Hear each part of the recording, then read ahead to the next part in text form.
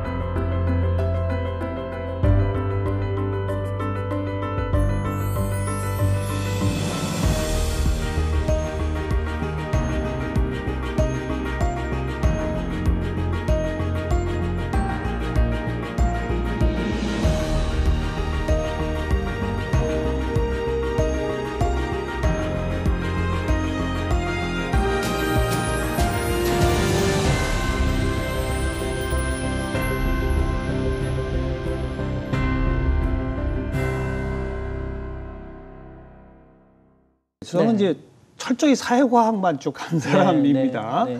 그리고 뭐 인문학은 저도 좋아해서 많이 보기도 합니다만은 방금 정 교수가 그랬어요. 사람이 어떻게 생각하고 어떻게 행동하는가. 네. 그걸 처리하는 게 뇌인 건 맞습니다. 네.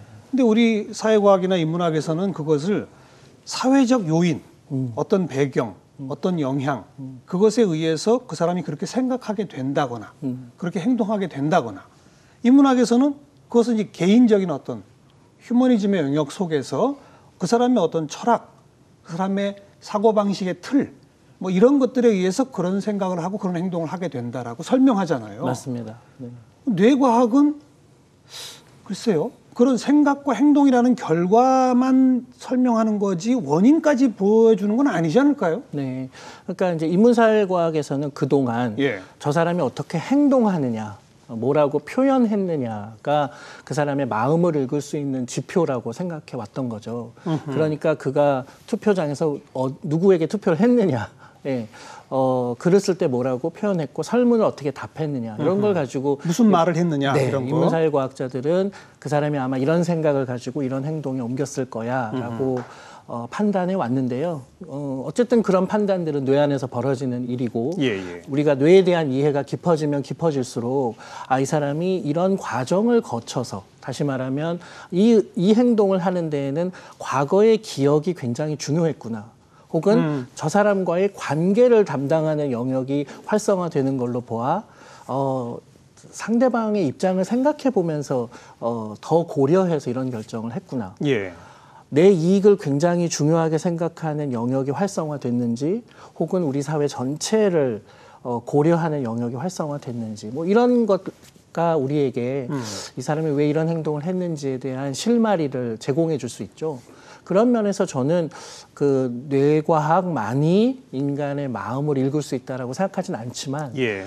인문사회과학자들이 그 뇌과학을 잘 참고하면 그들의 이론을 증명할 수도 있고 뭔가 근거를 가지고 지금처럼 이렇게 추론하는 것이 아닌 그런 학문으로 좀 더 넓어질 수 있다는 점에서 저는 그 분야들이 서로 협력하면 이게 협력해야 한다는 거는 알겠는데 네네. 교수님 설명을 들어도 잘 모르겠는 게 예.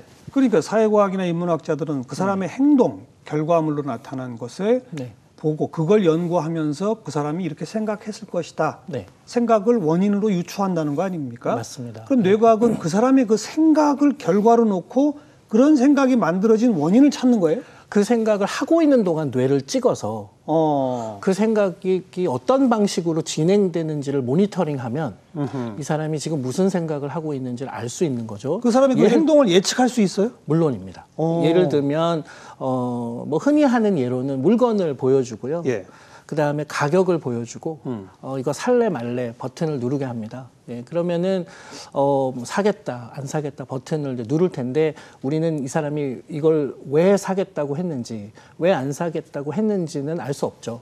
그럼 끝나고 물어보죠. 인문사회과학자들은 그럼 이제 그 사람들이 아마 설명을 할 겁니다. 예. 예. 너무 비싸서, 예. 너무 물건이 좋아서 뭐 이렇게. 네, 네.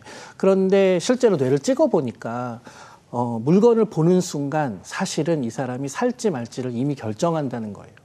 가격 보기도 전에? 예. 정말요? 예. 그리고 가격을 보고 나면 내가 이걸 어떤 합리적인 이유를 대서 살까를 생각한다는 거예요.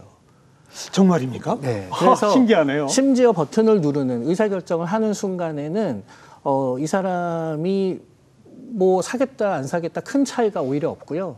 이미 이전에 뇌에서는 빠르게 판단을 한다는 거죠. 심지어는 굉장히 어떤 제품이 이상하다. 너무 좋다고 해도요. 이 제품에 대해서 어떻게 생각하세요? 라고 물어보면 그런 극단적인 표현들은 하지 않아요. 예.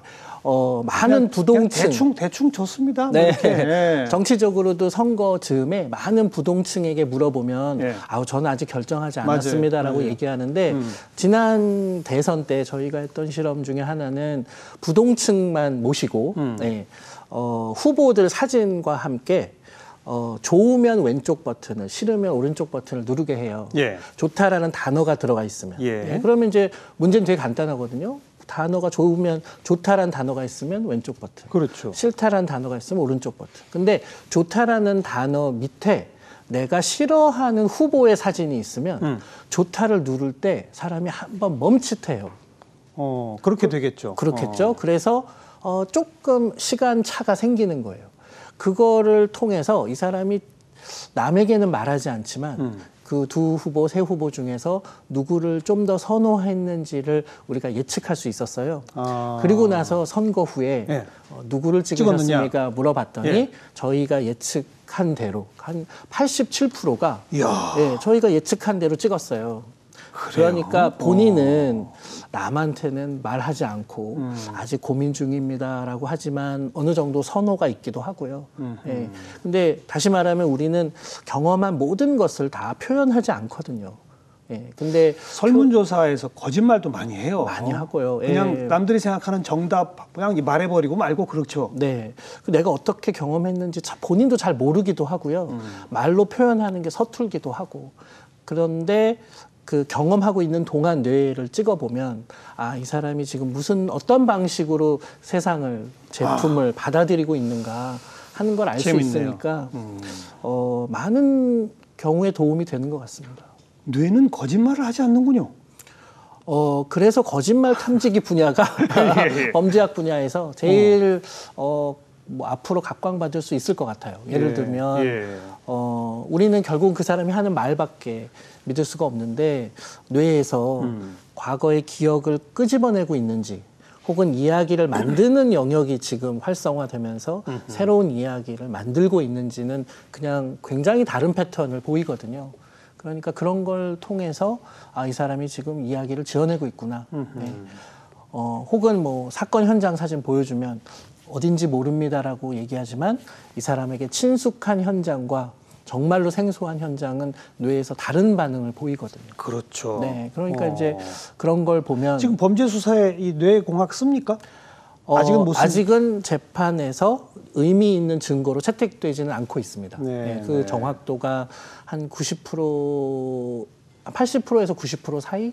네, 그러다 보니 이렇게 중요한데 한 95%는 넘어야지라고 이제 생각하고 있는 것 같고요.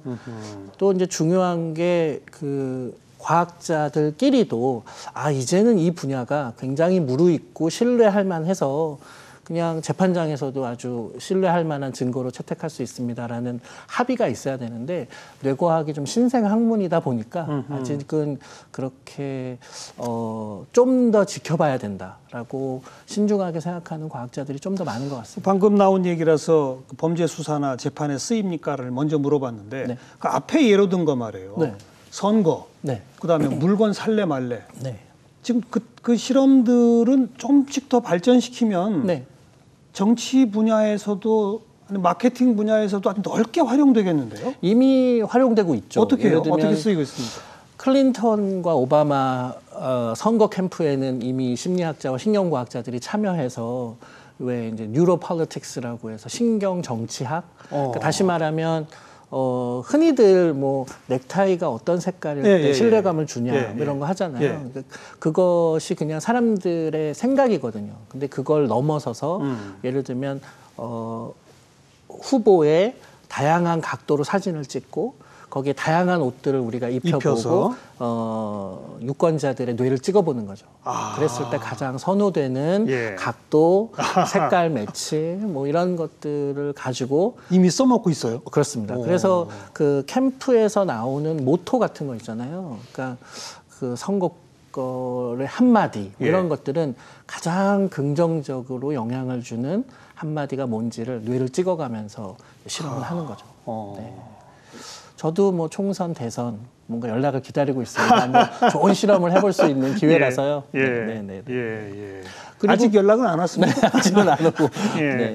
간단히 요약하면 교수님께서도 방금 설명하면서 슬쩍 지나가면서 말을 했어요. 옛날엔 다 그냥 물어봤는데라고 했어요. 그게 사회과학의 조사 방법이거든요. 그렇죠. 물론 사회과학의 조사 방법도 단순히 물어보는 것뿐 아니라 여러 가지 실험도 하긴 합니다만 그런데 뇌공학은 그걸 다 찍는군요. 네.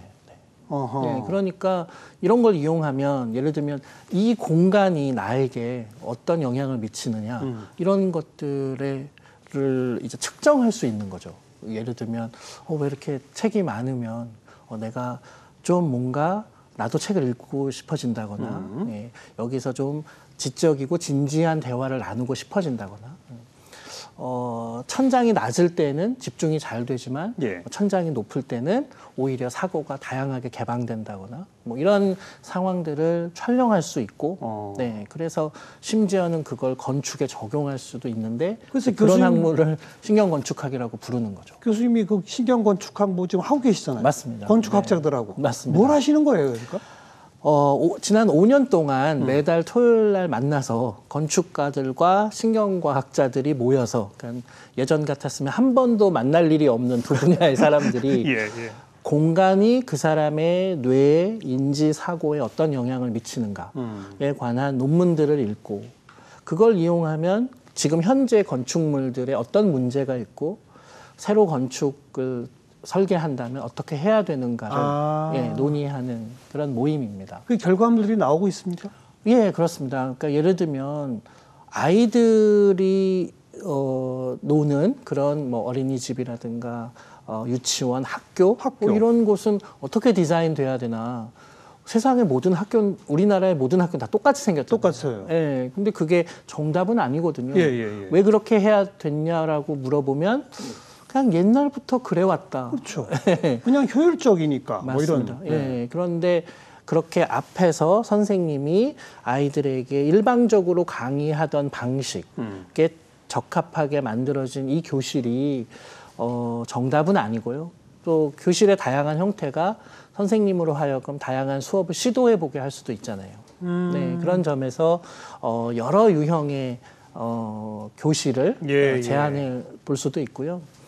알츠하이머 환자들이 머무는 요양원은 어떻게 디자인되어야 되느냐. 아, 그렇군요. 예, 치료에 어떤 형태의 건축물이 도움이 되는가? 네. 교육에는 어떤 형태가 도움이 되는가? 네. 예를 들면 알츠하이머 환자들은요, 이렇게 복도에 지금처럼 입원실이 쭉 있으면 나와서 물을 먹고 다시 돌아가려고 내 방으로 들어가려고 복도에 서면 내가 어디서 나왔지를 모르죠. 몰라요. 공간 지각 능력이 현저히 떨어져 떨어지죠. 있고 글자 이름이 써 있어도 이름을 잘 못 읽으세요.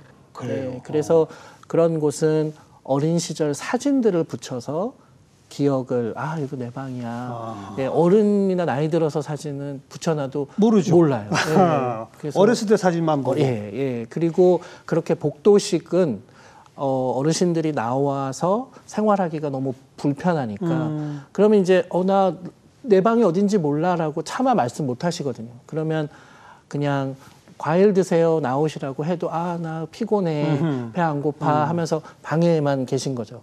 그런 요양시설은 좋은 시설이 아니잖아요. 아니죠. 그러니까 예를 들면 공용 공간을 가운데 두고 예. 주변에 방들을 배치하고 그다음에 쉽게 들어갈 수 있게 네. 어린 시절 사진들 붙여놓고 그분들이 어렸을 때 놀았던 물건들을 한데 모아놓고 하면 자연스럽게 이야기 어휘수도 늘어나면서 기억력도 회복되고 그렇게 지어야 된다. 그러니까 다시 말하면 너무 당연한데 아니 그 안에 살고 있는 사람이 어떤 특징을 갖고 있는지를 이해하고 건축가가 건물을 설계해야 된다라는 너무 당연한 일을 지금까지는 좀 소홀히 하면서 자신의 예술적 직관, 경험, 뭐 관행 이런 걸로 지어온 거죠. 근데 이제는 좀 더 근거를 가지고 환자 시설이면 환자의 증세를 좀 이해하고 아이들의 시기라면 그 발달 상황 그렇죠. 이런 것 좀 이해하면서 지으면 더 좋겠다. 뭐 이런 거죠. 우리 초대석의 이 세트와 조명 정도는 저희 초대석의 목표는 네. 출연하신 분들이 속 시원하게 자기 하고 싶은 얘기 다 하도록 만드는 거거든요. 네. 적합합니까? 어떻습니까? 예, 일단은 초대받은 것 치고는 좀 물밖에 없어서 초대받았다는 느낌은 안 들지만 저는 여기 보면서 어떤 대화를 기대하고 있구나 하고 있는 게 확 느껴졌고요. 예. 그럼에도 불구하고 천장도 좀 높고 좀 되게 휑할 수 있는 공간임에도 불구하고 되게 따뜻하게 만들어 주셔서 그 반기는 그런 마음을 이 테이블에서 느낄 수 있었습니다. 그러니까 아까 색깔 얘기도 했고 그다음에 병의 증세에 따라서 또 아이들의 발달 수준에 따라서 건축물의 구조가 어때야 한다 이런 얘기 좀 했었지 않습니까? 네. 근데 그런 것들도 과거 같으면 그걸 인문학이나 사회과학에서도 나름 연구를 했을 거예요. 그래서 공간이 어떠면은 사람들이 어떻게 느끼는지 뭐 설문조사도 해보고 뭐 좀 심층 인터뷰도 해보고 뭐 이런 것들이 있었을 텐데 어찌 보면 그냥 뇌 사진을 탁탁탁 찍으면 어쩌면 더 간편하고 빠른 시간 안에 결과를 알 수 있는 원인을 알 수 있는 그런 거군요. 맞습니다. 그러니까 예전에 더 초기에는 건축가들이 그걸 사용하는 사람들의 마음을 이해하려는 노력보다는 예술가로서의 나의 자부심, 그리고 이제 예술적 낀 완성도 측면에서 이제 건물을 많이 봤고요. 그러다 보니 그리고 나도 사람이니까 뭐 나도 당연히 그거 생각한다. 내가 살았으면 어땠을지 정도로 생각하죠. 근데 이제 그걸 넘어서서 정말로 살 사람들이 만족하고 사는지를 탐구하기 시작한 것이 한 1970년대, 80년대. 그때는 환경심리학이라는 이름으로 연구를 좀 해왔어요. 그래서 환경이 그 사람의 마음에 미치는 영향을 고려해서 한번 건축을 해보자. 근데 이제는 말씀하신 대로 굳이 그 사람이 말하지 않아도 그 사람도 미처 인식하지 못한 그 사람의 경험과 반응을 사진으로 측정할 수 있게 되니까 뭐 증거를 뭔가 탄탄한 기반을 두고 이거는 이렇게 설계되는 게 맞습니다. 라고 얘기할 수 있게 된 거죠. 선진국 같은 데서는 이 뇌과학 쪽에 상당한 투자를 한다면서요? 맞습니다. 그 목표가 뭘까요? 궁극적으로 이런 뇌과학 연구를 통해 우리 실생활에 네. 우리 경제 활동에 어떤 도움 같은 것들을 기대하게 될까요? 그러니까 지금 저는 굉장히 가슴 떨렸던 순간 중에 하나가 그 오바마 대통령이 네. 뒤에 뭐 브레인 이니셔티브 뭐 이런 글자 놓고 기자회견을 하는 거예요, 사람들하고. 그런 적이 있어요? 예. 앞으로 10년간 매년 1,300억씩 한 1조 3천억 원 정도를 뇌의 구조와 기능을 밝히는데 투자하겠다라는 걸 대통령이 직접 기자회견을 하는 거예요. 언제 했어요? 2년쯤 전에 했습니다. 근데 지금 그렇게 투자하고 있어요? 그렇습니다. 예, 네. 예. 그래서 근데 그게 너무 멋있는 거예요. 한 나라의 대통령이. 근데 특히 뇌과학자니까. 예. 그리고 최근에 예. 왜 중력파가 감지됐잖아요. 네, 네, 이 네. 라이고라는 시스템으로 이걸 하는데 정말로 많은 돈이 들었거든요. 예. 몇 수조가 들었는데 결국은 이렇게 큰 돈을 들여서 왜 이런 학문에 투자하느냐. 결국은 그 두 개의 프로젝트가 보면 결국 인간은 어떤 존재인가. 우리를 둘러싸고 있는 이 우주는 어떻게 만들어져서 지금과 같은 모양이 되었는가. 예, 예. 이 두 질문이 인간이 원초적으로 갖고 있는 가장 근본적인 호기심, 원초적인 질문이거든요. 그렇죠. 네. 근데 그걸 이해하려면 인간이라는 존재의 정체성이 가장 담겨 있다고 추정되는 우리 인체의 한 기관인 뇌에 대한 이해 없이 그 질문에 답을 할 수는 없는 거죠. 네, 네. 그리고 이 우주를 설명하는 가장 강력한 가설을 검증하지 않고서는 이 우주가 어떻게 형성되었는지를 우리가 답할 수 없는 거죠. 그렇죠. 근데 그걸 위해서 한 나라가 뭐 수조 원 이상의 돈을 들인다는 거는 저는 그 자체가 그 나라가 얼마나 그 우리가 먹고 마시는 그런 이제 물질적으로 측정되지 않는 것을 위해서 궁극적인 질문. 예. 인간은 무엇인가? 네, 뭐 얼마나 이런 것. 돈을 쓰느냐가 그 나라의 수준이라는 생각이 들고요. 그런 면에서 보면은 그런 거를 그냥 곁에서 쳐다보고 그렇게 해서 얻은 데이터를 어떻게 좀 얻어볼까 하고 있는 변방의 과학자로서 비애가 좀 느껴지죠.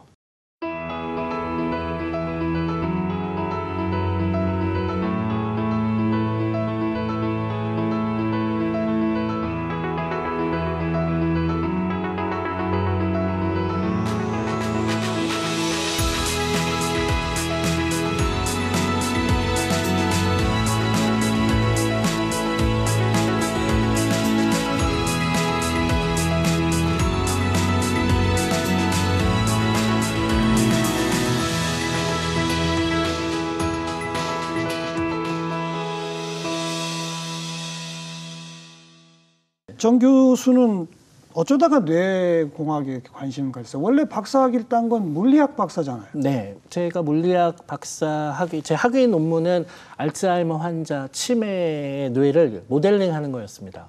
그때부터 이제 그게 물리학에서 해요? 그렇습니다. 그러니까 이제 뇌야말로 한 1,000억 개 정도 되는 세포가 그 세포 하나하나는 그냥 아주 단순한 기능을 하는데 얘네들을 모아놨더니 이른바 정신이라는 고귀한 작용을 하는 거예요. 이게 개별 요소에게는 넣어주지 않았으나 그들이 모여서 새로운 현상이나 기능을 창발하는 이런 것이 물리학계에서는 이제 복잡계라고 컴플렉스 시스템이라고 부르고 어떻게 이런 일이 가능한가를 연구하는 학문 분야가 있습니다. 그런 복잡계 물리학의 한 대상이 뇌다. 그렇습니다. 네, 그래서 물리학자 입장에선 너무 흥미로운 게 어떻게 신경세포는 아주 단순한 기능밖에 없는데 얘가 이렇게 정신이라는 영혼이라는 가설을 도입해 오면서 우리가 설명해 온 이 정신작용을 설명할 수 있을까 물리적으로. 그게 이제 제가 했던 일이고요. 네. 박사과정 때는 이제 알츠하이머 환자의 뇌를 모델링을 했죠. 그래서 어르신의 뇌를 찍으면 이분이 지금 현재 상태가 어떻고 치매가 앞으로 얼마나 나빠질 거다라는 거를 제가 가상으로 만든 뇌의 시뮬레이션을 통해서 예측하는 일을 했었어요. 그럼 그게 치료에도 도움이 됩니까? 근데 이제 제가 그거를 하고 되게 충격을 받은 건 이게 앞으로 어떻게 될지를 예측하는 건 치료에 예를 들면 약을 어떻게 사용할 거냐 이런 데 도움이 돼야 되잖아요. 근데 치매는 치료제가 안 나온 거예요. 그 1999년에. 아, 그 당시에는. 사실은 지금도 제대로 된 변변한 치료제가 없죠. 그러니까 치료는 할 수 없는데 앞으로 얼마나 나빠질 걸 예측해주는 제가 시스템을 만든 거예요. 네, 그래서 이제 그건 이제 의학이나 약학에서 빨리 그걸 해야 되겠군요. 네, 그래서 이제 그때 이런 또 굉장히 순수하게 좋은 마음으로 했는데 이런 부작용이 있을 수 있구나. 그래서 이제 제가 미국에 가서는 아이들, 그러니까 소아 정신 질환을 주로 연구를 했고요. 의대에서 하셨죠? 맞습니다. 병원. 예, 네, 그래서 정신과에서 이제 소아 정신과에서 뭐 아이들이 틱을 한다거나 소아 우울증, 예, 먼저 이런 연구들을 하다가 결국은 그 근간에 선택. 예, 우리가 의사결정을 할 때 예, 뇌에서는 도대체 무슨 일이 벌어지길래 우리가 잘못된 선택들을 하기도 하느냐. 이게 가장 근본적인 문제라고 저는 생각이 들어서. 그렇죠. 지난 10년간 이제 제가 했던 연구 분야를 한마디로 얘기하면 선택의 뇌과학. 다시 말하면 의사결정이 도대체 어떻게 벌어지냐. 정신질환에 걸리면 왜 잘못된 의사결정을 하냐. 혹은 우리 사회가 좀 더 나은 의사결정을 하려면 학자로서 난 뭘 해야 되나. 뭐 이런 질문들을 가지고 살아왔죠. 의사결정 이거야말로 기존의 행정학이나 경영학 이런 데서 아주 열심히 연구하던 분야인데. 맞습니다. 제가 하는 이걸 뇌공학에서 한다고요? 예, 제가 하는 일은 그분들의 예전 이론이 틀렸다. 그런 얘기를 주로 하는 거죠. 예를 들면 경제학자들은 아주 오랫동안 의사결정을 연구해 왔잖아요. 잘 아시다시피 게임 이론을 가지고 인간은 호모 이코노미쿠스, 아주 합리적인 의사결정자다라는 건데 요즘 많이 깨졌죠. 많이 깨졌고 뭐 다니엘 카네만 같은 사람이 행동경제학이라는 이름으로 열심히 인간이 그렇게 합리적이지만은 않다고 얘기해도 여전히 주류 경제학은 시장의 만능성을 믿고 보이지 않는 손 뭐 네, 이런 얘기하고, 인간의 합리성을 믿고 그게 이제 주류를 이루고 있죠. 근데 제가 관심 있는 건 행동 경제학을 넘어서서 그러니까 인간이 합리적이지 않은 것처럼 보이는데 거기엔 이유가 있을 거 아니에요. 뭐예요? 왜 그렇게 됐을까? 이유가 뭐예요?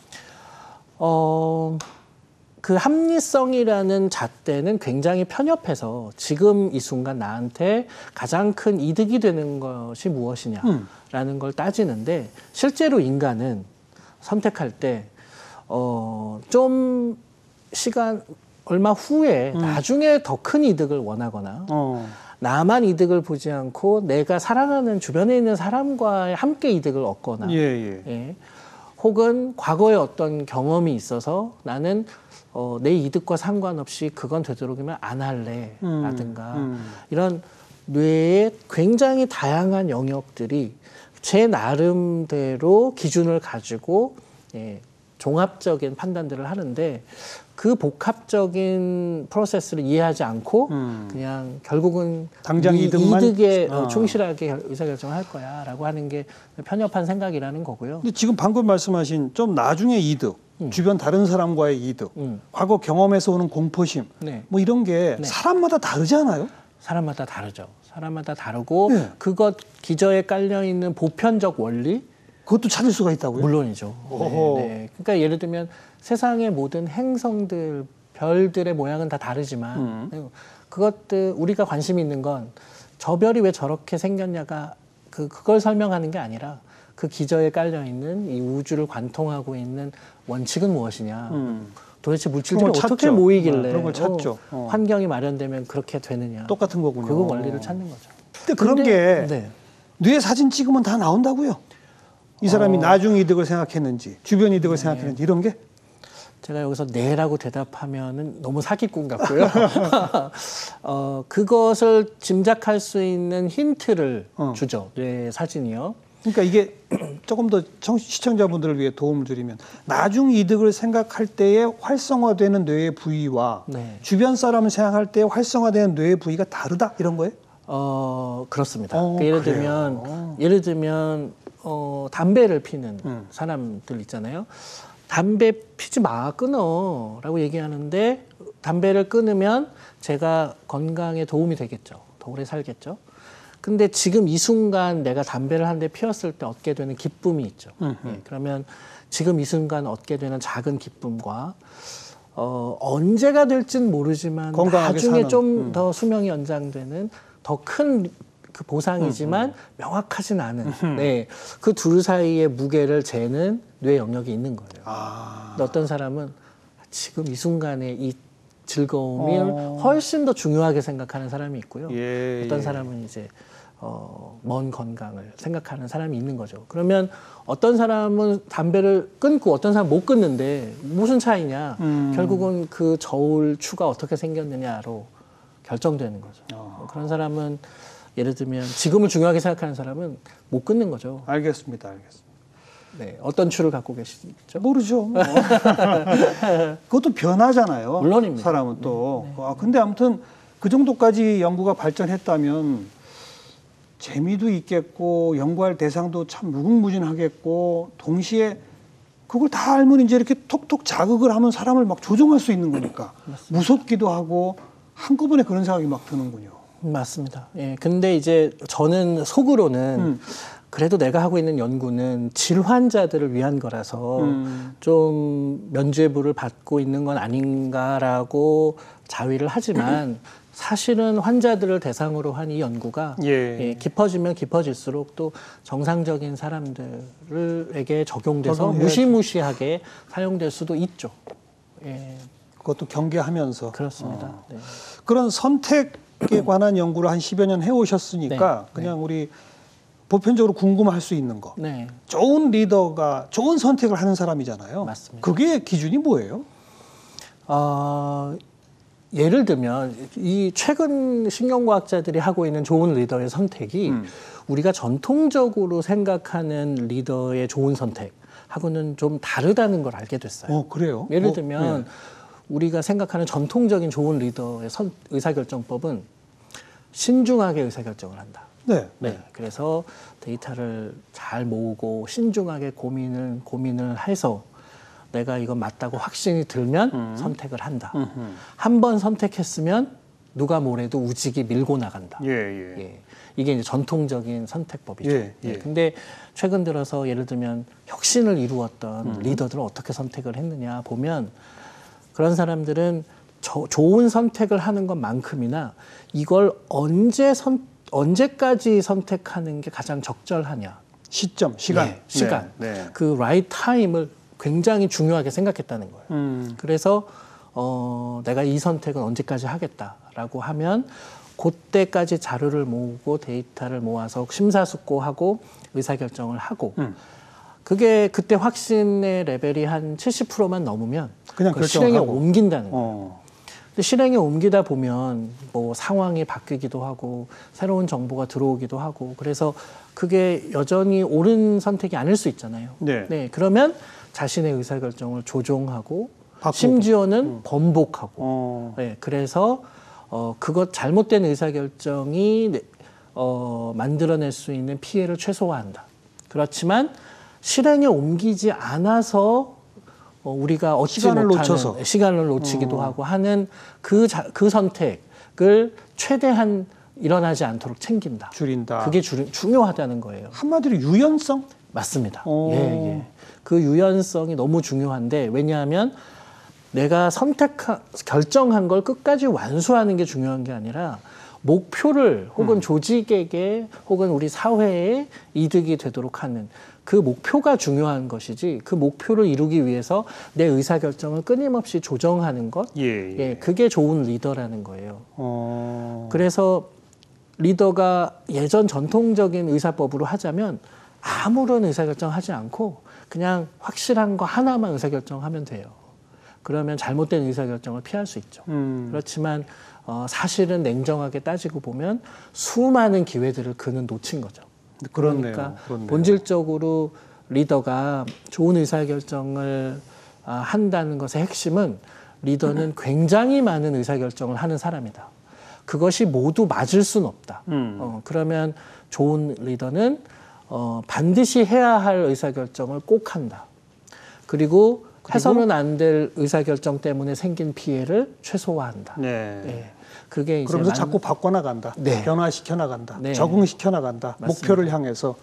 그럼 이제 사람들이 리더가 의사결정을 자꾸 바꾸면 신뢰를 잃지 이렇게 생각할 수 있잖아요. 근데 리더가 그 의사결정을 하기 전까지 주변에 있는 사람들과 커뮤니케이션을 얼마나 대화를 잘하느냐. 굉장히 많이 하면 함께 결정하는 거죠. 함께 결정하고 자신의 의견이라도 객관적으로 좀 보려고 노력하는 알겠습니다. 거가 있으면 사람들이 그 사람의 의사결정을 바꿀 때 이유가 있다고 다들 수긍한다는 거예요. 근데 이런 어떤 과거형 의사 선택 네. 리더 결정과 요즘형의 차이를 뇌과학이 밝힌다 이거예요? 예, 정확하게는 사실은 심리학자, 사회심리학자들이 네, 네. 많이 이제 네. 관여해서 거기에 일부를 참여하고 계시다. 맞습니다. 그런 그러니까 얘기죠. 이제 알겠습니다. 기존의 알겠습니다. 혁신적인 리더들을 인터뷰도 하고 제 식으로 이걸 해석하면 이게 산업 구조의 변화와도 긴밀히 관련이 돼 있을 것 같아요. 네, 네. 과거 농경 사회 같은 경우는 1년에 한 번 선택하면 끝이에요. 그냥 밀고 나가면 끝이에요. 콩 심었어요. 그 여름 되는데 그 콩 뽑고 딴 거 심어요? 안 되지 않습니까? 맞습니다. 그러나 지금 요즘처럼 빠른 속도로 산업이 변화하고 인간의 생활이 변화하는 속에서는 유연하게 적응을 해야죠. 맞습니다. 전 그렇게 설명할 수 있거든요. 네, 근데 네. 그게 뇌과학에서도 입증해낸 부분이 있다. 네, 재밌네요. 좋은 의사결정 물어봤는데 그럼 또 의사 선택에서 또 빼놓을 수 없는 게 이제 창의성. 네. 창의성은 어디서 나와요? 뇌 찍어보면 창의성 담당 부위가 있습니까? 네. 그게 있느냐가 너무 궁금한 질문이잖아요. 네. 그래서 그 과학자들이 유레카 모먼트라고 부르는 그때 그거야. 뇌에서 무슨 일이 벌어지는지를 측정하려고 지난 10년간 애썼고요. 그거와 관련돼서 논문이 한 30편 정도 나와 있습니다. 네. 근데 흥미로운 건 창의적인 아이디어가 나오는 뇌의 화수분 그런 영역은 없는 것 같다. 없다. 네, 왜냐하면 창의적인 순간에 굉장히 여러 영역들이 활성화되거든요. 그래서 한 곳이 아니라 그래서 여기가 발달하면 창의적이야 이런 게 없다는 거예요. 네. 심지어 왜 아인슈타인의 뇌를 들여다봤는데도 아인슈타인의 뇌가 별로 특별하지 않았거든요. 특별하지 않더라. 네, 네. 그래서 이제 그런 걸로 보아서 어느 한 영역이 창의적인 아이디어를 만들어내는 건 아니다. 그런데 공통점을 발견했어요. 뭐예요? 창의적인 아이디어가 나오는 순간 그렇게 여러 영역이 활성화되지만 평소에 서로 신호를 잘 주고받지 않던 부위가 그런 순간이 되면은 신호를 막 주고받는 현장이 포착되는 거예요. 그 말씀 듣고 보니 그럴 것 같네요. 네. 그래야 창의력이 되죠. 그리고 평소에 그리고 굉장히 멀리 떨어져 있는 영역이 서로 신호를 주고받는 일이 벌어지는 거예요. 그러니까 예. 평소에 안 하던 걸 하는 게 창의성이잖아요. 네. 그러니까 평소에 연결 안 되던 게 연결돼야죠. 네. 그렇죠. 예. 네. 근데 예. 이제 그것이 우리한테 들려주는 이제 메시지가 뭐냐 하면 사실은 우리 뇌가 창의적인 아이디어를 많이 내기에 적절한 방식으로 디자인되어 있지 않다는 뜻이에요. 우리 뇌는요, 사실은 생존에 유리하게 디자인되어 있어요. 근데 생존에 도움이 되는, 창의성은 생존에 도움이 되지 않아요. 익숙한 대로 사는 게 도움이 되죠. 맞습니다. 예. 저 사람이 예측 가능하게 그렇죠, 행동해야 그렇죠. 그 사람을 곁에 두고 싶어요. 그리고 제일 좋은 방법은 리더를 이 중에 나보다 똑똑한 사람이 누군가를 찾은 다음에 따라가면 그 되죠. 사람을 따라가는 맨 앞줄에 서 있는 사람이 되면 제일 이득이 커요. 예, 네. 예. 그래서 잘못된 의사결정 그 사람이 하면 나는 딴 데로 가면 되고 그 사람이 좋은 의사결정을 하면 이득을 제일 먼저 나누고 그러려면 남들이 예측 가능한 대로 생각하고 남들 사이에 껴서 비슷한 방식으로 행동하고 그렇지만 누구를 따라야 될지 리더를 잘 찾고 이런 행동을 해야 되거든요. 그러다 보니 예를 들면 바다 하면 뭐가 생각나세요? 라고 물어보면 보통 뭐 해변, 뭐 서핑, 갈매기, 고래 네, 뭐. 이런 거 얘기하는데 저 혼자 스컹크 이러면 아 쟤는 또라이다. 가까이 두면 안 되겠다 생각하잖아요. 예. 그러니까 우리 뇌는 바다란 단어 옆에 해변, 고래, 서핑 이런 단어들을 저장해요. 익숙하게. 스컹크는 멀리 떨어뜨려 놓고. 예. 그런데 창의적인 아이디어는 그런 익숙한 단어들이 한꺼번에 나올 때 나오는 것이 아니라 평소에 아무도 같이 연결지어서 생각하려고 하지 않았던 것들을 멀리 있는 것. 연결하려고 할 때 나오는 것 같다. 다시 말하면 왜 슌페터가 얘기한 것처럼 혁신, 뭐 창의라는 게 결국은 기존에 있는 것들에 대한 생산적인 재배열, 그러니까 뭐 무에서 유를 창조하는 게 아니다라는 것을 이제 뇌과학자가 뒤늦게 뇌 영상을 통해서 발견한 것이 아닌가 해석이 됩니다. 네. 그럼 그런 창의성을 키우려면 어떻게 하면 되는 거예요? 제일 좋은 평소 방법은 안 떠오르는 걸 자꾸 떠올려야 되는 거잖아요. 맞습니다. 그걸 어떻게 떠올리게 할 수 있나요? 그러니까 이제 평소에 잘 연결되지 않거나 평소에 신호를 주고받지 않는 멀리 떨어져 있는 영역을 신호를 주고받게 해야 되죠. 네. 그거를 하는 방법 중에 하나가요.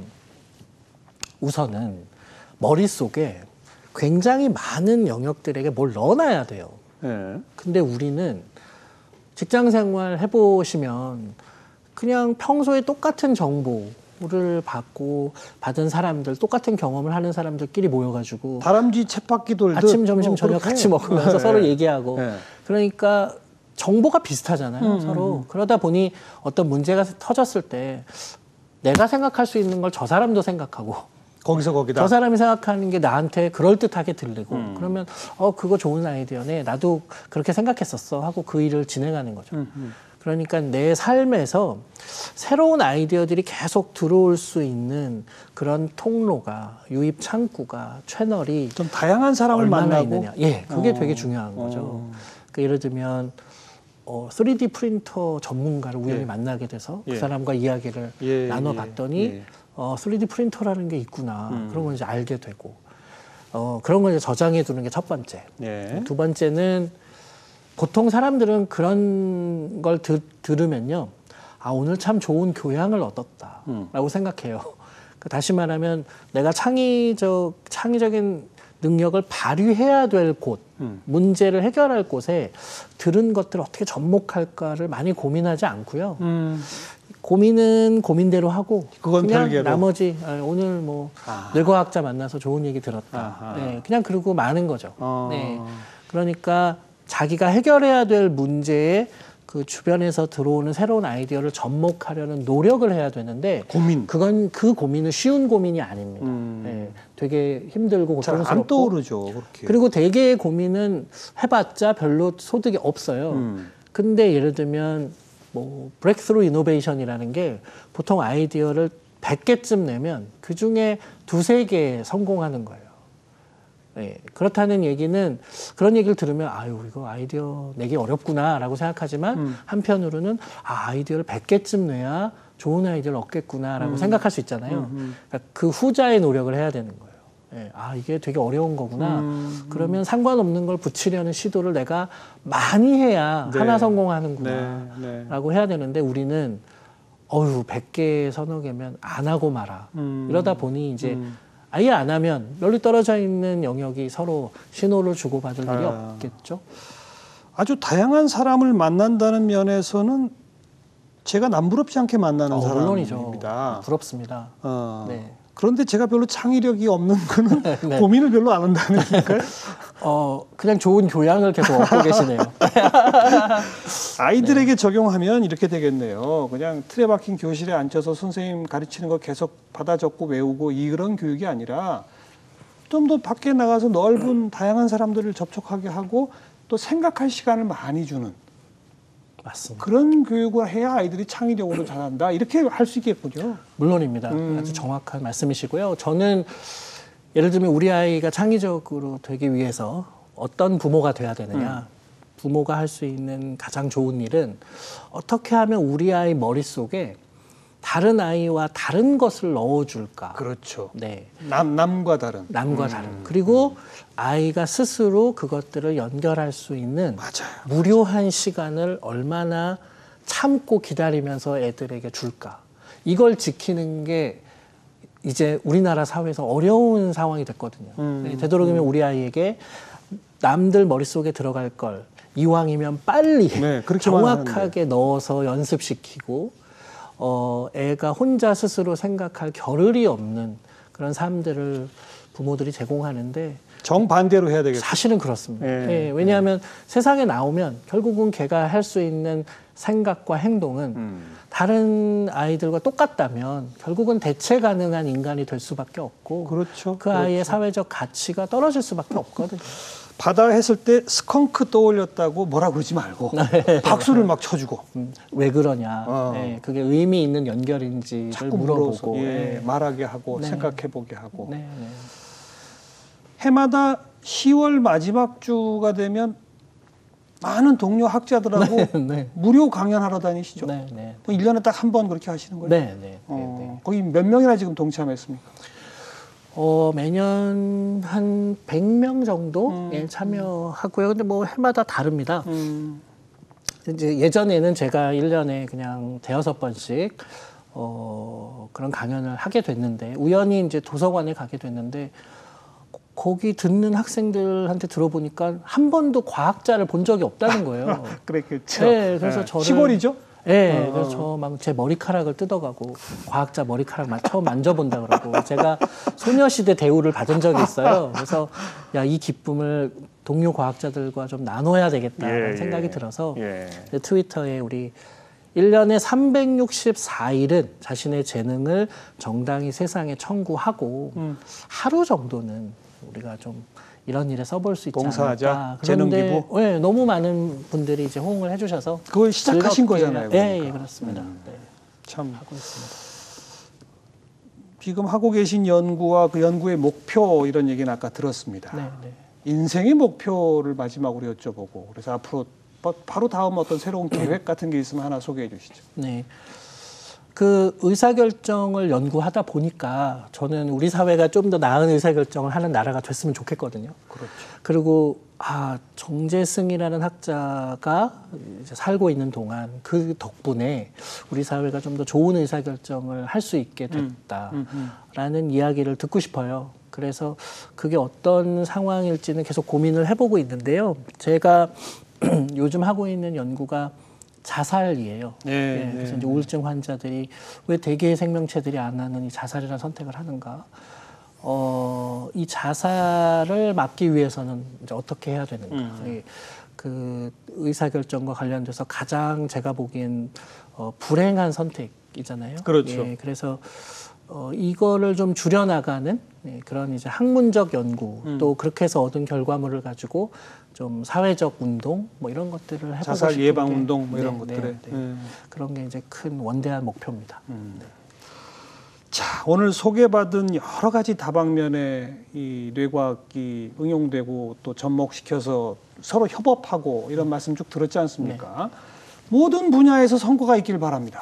네, 모든 게 다 필요한 것처럼 느껴지고요. 감사합니다. 더 왕성한 연구 활동, 네. 또 대중과 만나는 기회도 좀 더 많이 가져주시길 부탁을 드릴게요. 오늘 고맙습니다. 고맙습니다. 네. 자, 창의력, 창의성을 키우려면 엉뚱한 생각할 줄 알아야 된답니다. 또 그런 생각할 수 있는 시간 많이 가져야 한답니다. 이 방송 보시고 잠깐 좀 멍 때리다 주무시면 어떨까 싶네요. 다음 주에 다시 뵙겠습니다. 안녕히 계세요.